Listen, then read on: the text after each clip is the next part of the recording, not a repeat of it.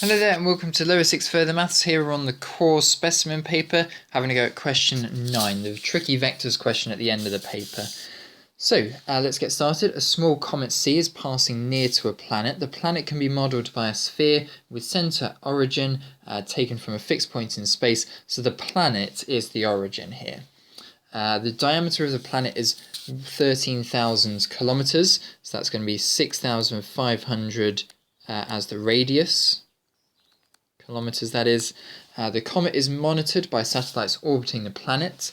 When monitoring begins, the comet is at position 146i plus 234j minus 85k and is moving with the vector minus 21i minus 33j plus 13k every hour, where the units are in thousands of kilometers. Now, if the units are in thousands of kilometers, that's going to mean that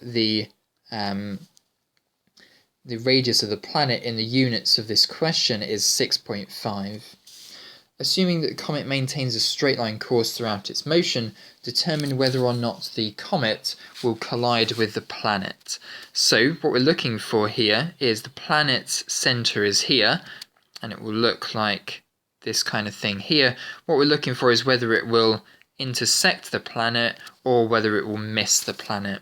So what effectively I'm going to do here is I'm going to check the distance from the centre of the planet, the shortest distance from the centre of the planet to the comet, and see if it's less than or more than 6.5. So let's just draw out this diagram again. I'll have my comets going this way, centre of the planet here. The centre of the planet is 000, the origin.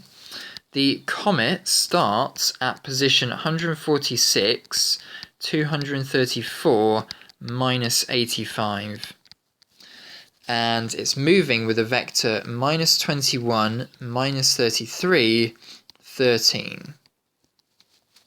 And we need to check this shortest distance from the centre of the planet to the comet.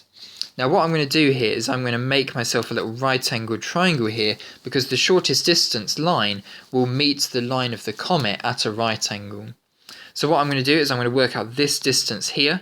I'm also going to work out this angle here, and then I'm going to do sine to work out that opposite length there. So D first. D is the length of the line from the origin to where the comet starts, and that's just going to be a Pythagoras calculation of 146 squared plus 234 squared times minus 85 squared, and that is going to be 146 squared plus 234 squared plus 85 squared. That's going to be the square root of 83297. I'm going to leave it like that, and I'll work it out as an actual answer later on. Now I'll work out theta. So this is going to be by the dot product. So one dot product will be, how do I get from here to here going into the angle? The other direction will be from here to here going into the angle. So in the dot product A, the direction A is going to be from 0 to this coordinate over here. So it's going to be 146, 234 minus 85. And B is going to be the opposite of this direction. It's going to be 21, 33 minus 13. So now let's do the dot product. It's going to be 146 times 21, add 234 times 33, and then double negative down the bottom here, 85 times 13. And then divide that by the magnitude of each vector. So that's going to be this one up here to start with. And then it's going to be multiply that by the magnitude of this vector, 21 squared plus 33 squared, and then it doesn't matter about the negative when I'm squaring it, 1699. So let's type this all into the calculator all in one go and work it out. 146 times 21, add 234 times 33, add 85 times 13, and divide that all by the square root of 83297 times 1699. Let's just check I've got all those numbers correct there, don't want to make a mistake. Oh blimey, I get 0.999724.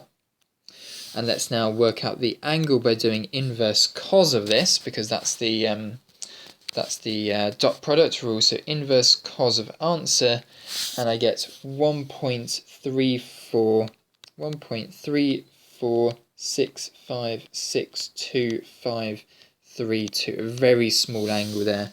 So the last thing for me to do now is to work out this shortest distance. Distance is going to equal the value for d, that's the distance from the origin to the start of the comet, that's going to be 83297 times sine of the angle that we've just worked out, 1.35. I have that stored as my answer value currently. So it's going to be the square root of 83297 times sine of answer value, and I get 6.78. Okay, what does that 6.78 mean? Well, the radius of the planet is 6.5. The shortest distance from the centre of the planet to the comet is 6.78. So no, the comet will not hit the planet. The comet will not hit the planet.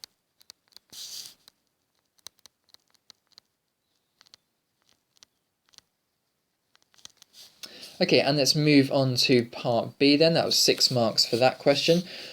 We now have two satellites, A and B, that have positions OA at 5012 and B at 412 minus 3. At beginning of monitoring, they return to these positions every 4 hours. Find the expected angle ACB between the comet and the satellites A and B when they first return to their initial positions. Give your answer to the nearest 0.1 degree.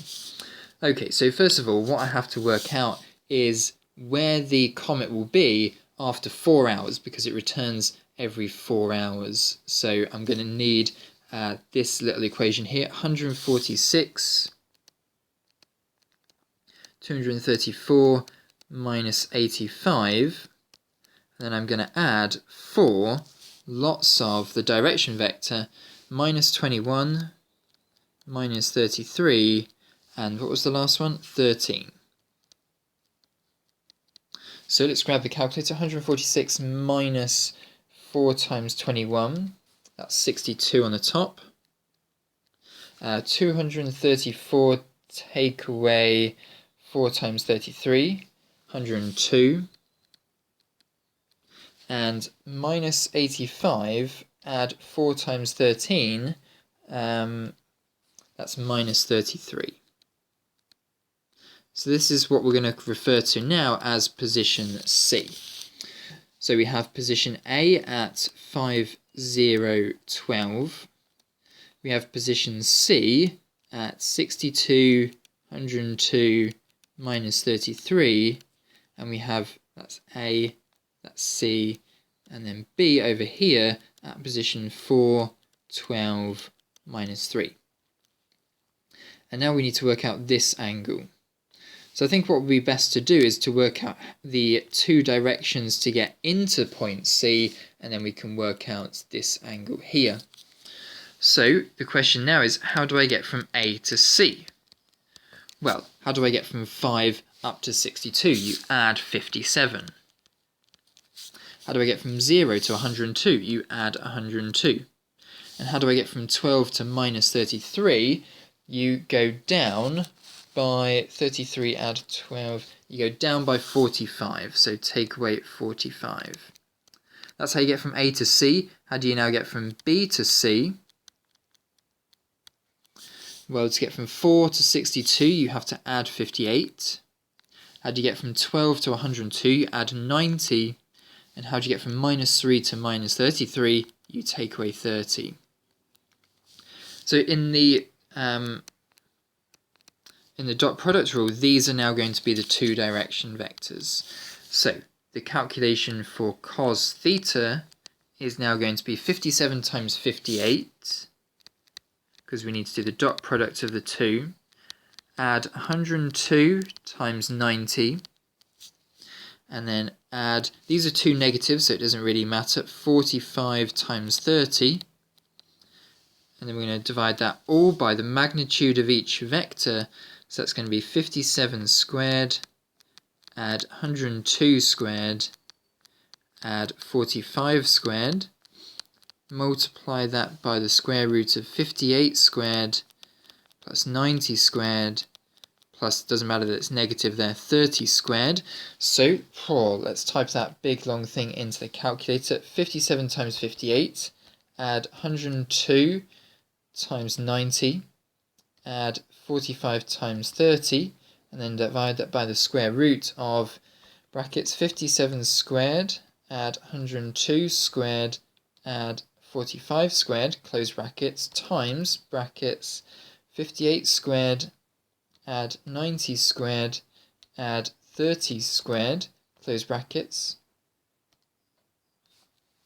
and we get 0.993769, and then the final thing to do here is to do inverse cos of the answer, inverse cos answer, and we get 6.4 degrees as the answer for part B. Part C is given reason why the answer to part B may differ from the true value. Well, comets don't generally travel in straight lines, so the answer to part C is that comets may change their direction, or it may have a curved line due to gravitational fields pulling it into certain places, etc., etc. So there we are. That's the answer to question 9. Thanks very much for watching.